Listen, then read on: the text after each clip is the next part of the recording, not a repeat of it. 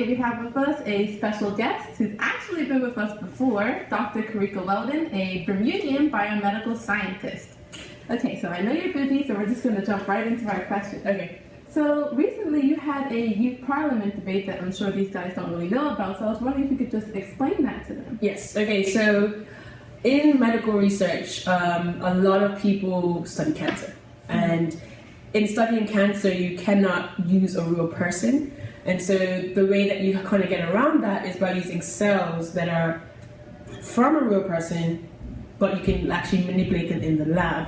So the cells that everyone goes to for this, everyone that does cancer research, including most of the people that came to the conference, international conference that we had last week, use HeLa cells. And you just think, oh, you have HeLa cells, you just have to order these HeLa cells, and you're not actually told what they are. Right. And so I remember like halfway through my PhD, because I worked on cancer, I had an experiment running and I was just curious, what are these HeLa cells? So I actually Googled it and found out it's actually from a black lady in 1951 who had cervical cancer in the States, and she sadly passed away. They did a biopsy of her cervix. She had cervical cancer, and they were sending tissue of people that had cervical cancer to a certain private lab, and they were testing all the patients that came, but they found out that hers never died. Oh. And so that instantly you can do research on them because they will keep going. Mm-hmm. And so they were used and actually shared around for like about 3 years, and then someone decided to commercialize them, and so they have been sold since 1954. And the issue here is not that we're using someone's cells. It would be great, great advancements that come from them, vaccines, people who can be cured from, treated for blindness, and lots of great things that come out of it. But the issue is that she never gave consent, and her family never gave consent. So they didn't know about this. Mm-hmm. And they found out like a few decades later that this is what was going on. And so the issue is compensation, and how do you go about doing that? Can you even compensate a family for what they lost? And that was what the parliament debate. It was really, really good. Lately, you've been coming back to schools, and obviously from the beginning, and just talking to students about science and why it's so important.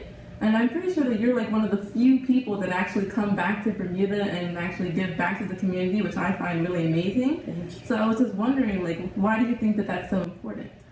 I think it's important for a few reasons. For me personally, the reason why I do this is because personally I was a recipient of scholarships from Bermuda. If I hadn't gotten the scholarships, I wouldn't have been Dr. Weldon. Mm-hmm. So I thought it was really important for me to come back to the hand that fed me, and say thank you. And so one way was through the conference which we had last week, so bringing tourism and bringing people's money here, but also is to go around to the schools and try to stimulate the next generation. And so I think it's really important to do that, because had someone come around when I was younger to tell me about what I do now, I might have chosen to actually do this rather than just kind of stumble into it. But I agree, it doesn't happen enough, and I think I would encourage people who have gotten scholarships, and Bermuda has invested in us, to come back, because you need to say thank you. I think there's an example in the Bible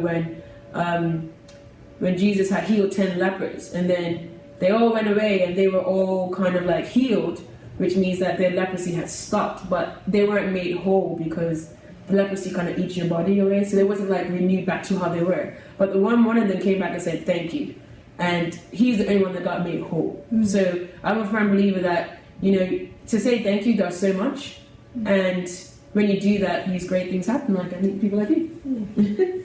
Do you have any other advice or anything else you can give to young students? I know for us, for BHS, it's an all-girls school, so if you could just give advice to other young girls who are looking to go into the scientific field?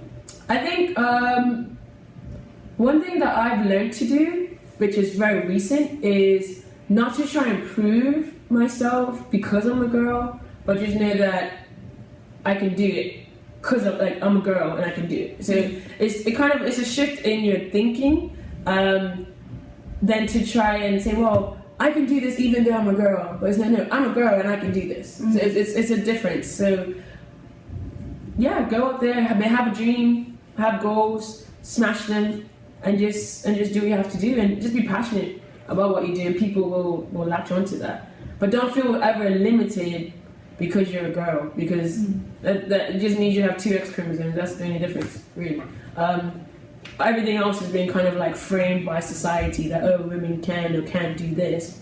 So rubbish. Do what you want to do and do it well, and you'll be successful. That's great advice. So thank you, Dr. Weldon, for just coming to speak with us and inspire us about how you're doing your work and just young girls, obviously. So just thank you so much for coming. You're welcome. Thank you for having me.